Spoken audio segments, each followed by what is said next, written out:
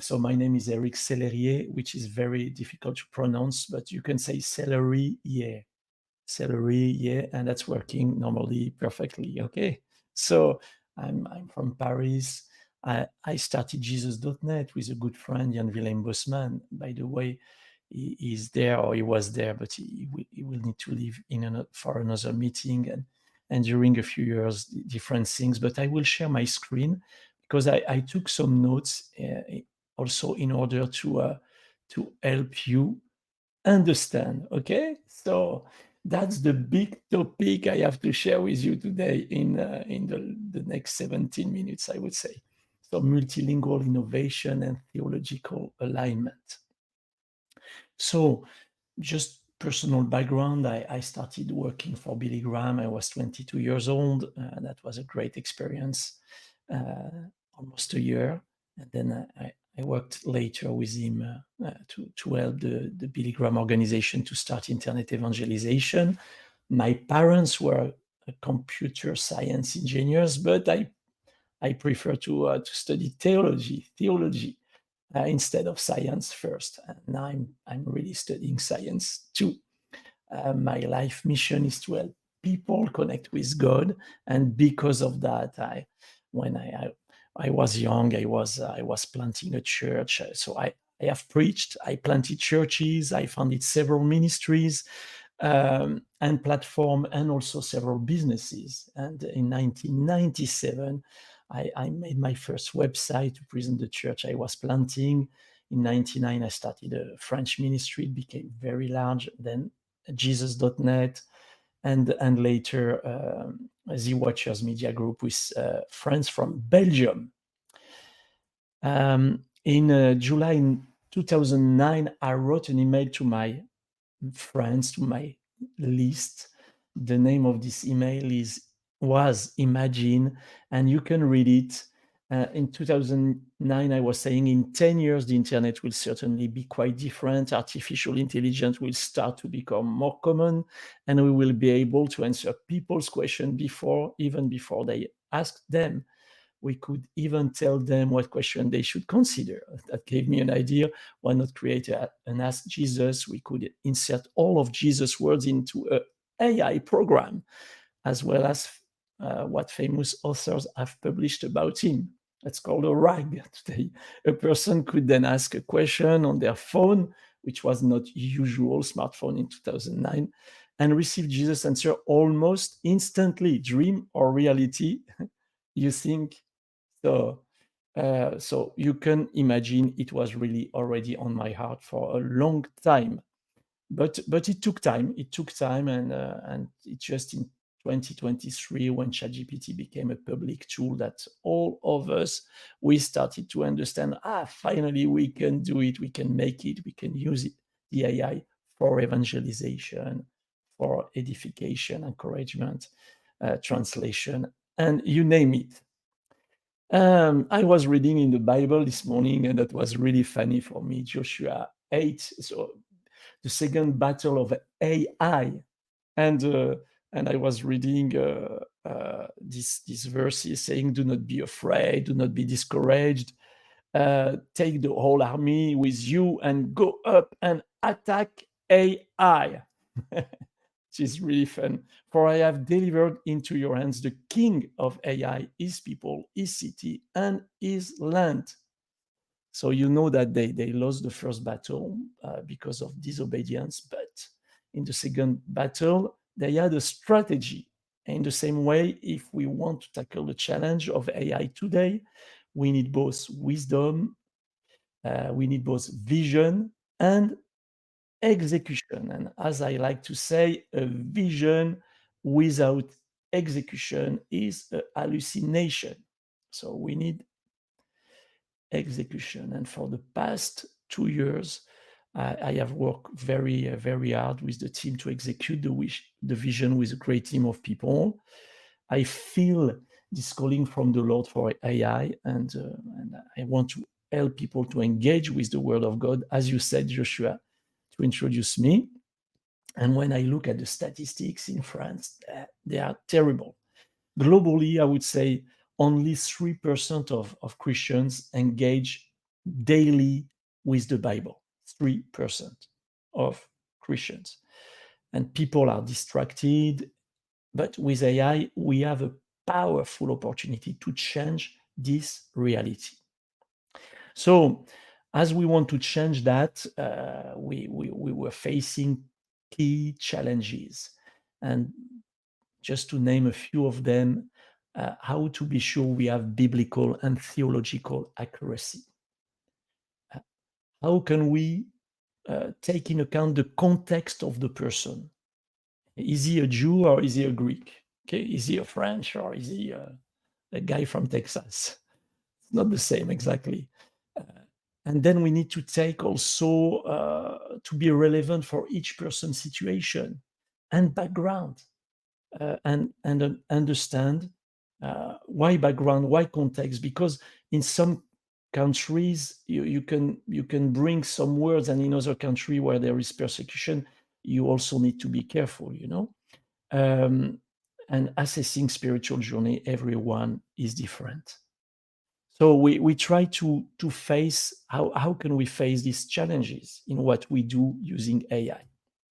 So our approach, we created HelloBible.ai, so a website and then an application, and we started to monitor the questions people were asking to in our website and the AI answers, and we monitored thousands, dozens, hundreds of thousands of questions. And then we learned a lot about prompting and how to get more accurate answers.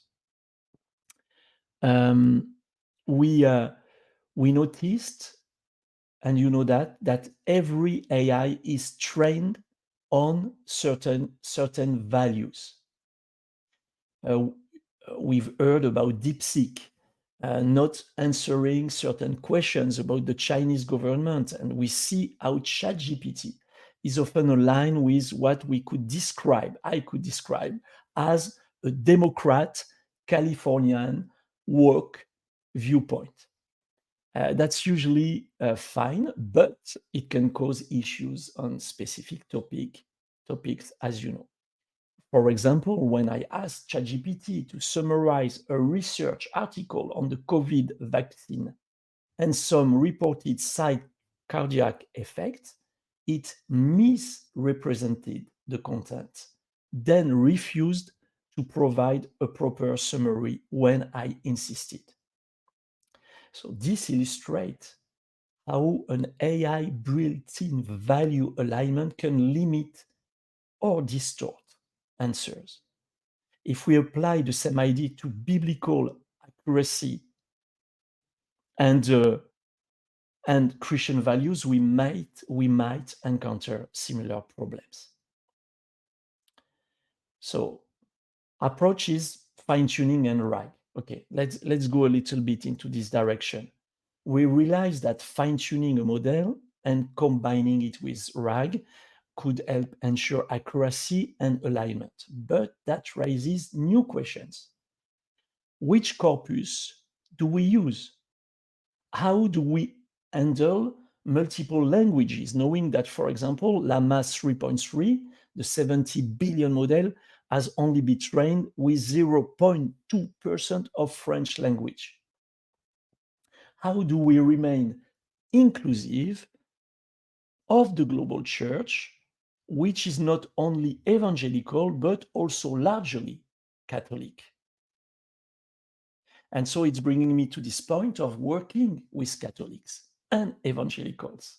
And many Americans, sorry for that, forget that 1.3 billion Christians worldwide are Catholics. That's double the number of evangelicals. As we build a biblical AI, we must collaborate with Catholics, Orthodox, Protestant, and with evangelical, because we are, but to remain true to everyone's traditions and doctrine. So in order to do that, we signed an agreement with Glue, with Scott Beck during the hackathon, and we started to work on on the human flourishing AI, but biblically aligned. So we started to work with French Catholics. They joined us in defining corpuses of content to fine-tune the model. Hundreds of references have been chosen as essential, and we did the same with Protestant and Evangelical. Then recently, and I'm thankful also to them, Biblica joined the project, further strengthening our mission to create an open source biblical LLM. But here is the biggest challenge. The biggest challenge is evaluation. So fine-tuning is not so difficult, but evaluation is the real challenge. How do we know that a fine-tuned model is actually better and more biblically aligned than another? We can't just rely on AI alone. We need human validation. So what we did with Glue, with Steele, with his team, and with our team in France, we handpicked 1,000 questions in collaboration with theologians, code questions, HelloBible, Catholic leaders. We have split these questions into 10 categories, and then we have built a tool that sends them to various LLMs, including, we will include DeepSeek, okay? ChatGPT, Llama, and so on. And then we will do a blind evaluation with theologians, Catholics and Evangelical, to compare two anonymous AI answers. And they will pick the best one. And they will explain why. I will show it to you. We will do that in English and in French, and we will compare, and we will see if with different languages we have different kind of answers. So it's rigorous, it's scientific approach, it's done with data scientists, and even I had to go back. I went back. It's my pleasure to go, I went back to study data science at Polytechnique Paris. Maybe you heard about it, and I will start a program at MIT in February, and it's fun. So when the evaluation is complete, we will see whether a fine-tuned LLM is actually more theologically aligned or better for multilingual use. If the results are good after this research phase, we will work on securing the necessary rights from publisher and eventually make the model open to public and open source. So it looks like that a little bit. So that's the tool. So theologian will come, they will evaluate answers according to different criteria. And then because we know if they are Catholics, Evangelical, French, English, we can then start to understand how this open corpus, we call it LLM, will work. This is another view of the tool that we are building. So the goal, ultimate goal, is really to serve projects like Calm from Glue's AI, Catholic Catechism, evangelization, HelloBible, many other organization projects. So that's the vision I have, is to and Glue to and Biblica to make it available to everybody. But first we need to evaluate. The goal we have is, as you understand, to make it very relevant, depending on the context, the geography, and the language of the person. So on the side of that, big side, I would say, we are building an app, HelloBible, which is now in French on the store. You can find it on the App Store, by the way, or Google Play, but in French, okay? So in 4 weeks, in English. What is very interesting is that 50% of the people downloading the app engage weekly, 25% daily, which is really, really what we try to do is having something that is so amazing. And one of the specificities of HelloBible, it remembers. So we are using RAG for memory, and it remembers the conversation, and it can give context to the content. Just before finishing, just something to remember. I believe we are at a turning point for the global church. And when I'm saying global, I think global, okay? Everywhere, but also every denomination and confession. If we collaborate in faith and innovation, we can truly change the landscape of ministry together. So thank you.